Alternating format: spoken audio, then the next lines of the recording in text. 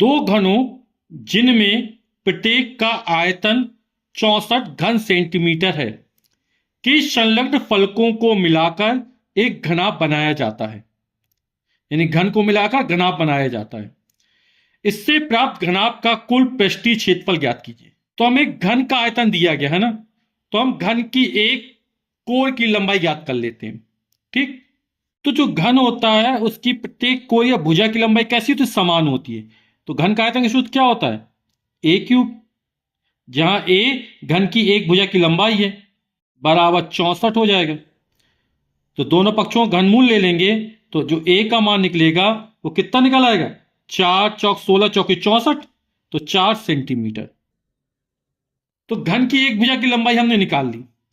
अब दो घन परस्पर सटा के रखे जाते हैं, तो घन की एक भुजा की लंबाई 4 सेंटीमीटर। तो ये सब चूंकि लंबाई चौड़ाई ऊंचाई सब समान होती घन में, तो ये सब समान हुई। अब इन दो घनों को मिला के घनाभ बनाया जाता है। तो ये लंबाई 4 सेंटीमीटर और ये 4 सेंटीमीटर, तो ये पूरी कितनी हो जाएगी?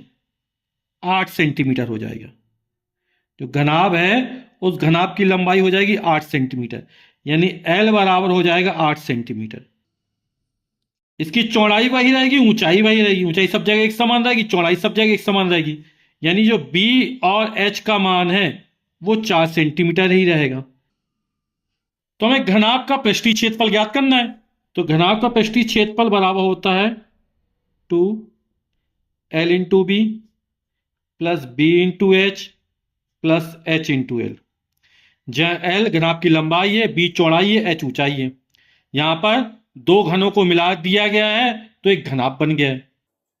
मान रख दे, दो L का मान है 8 और B का मान है 4। B का मान है 4, H का मान भी 4। H का मान 4, L का मान कितना है? 8 है।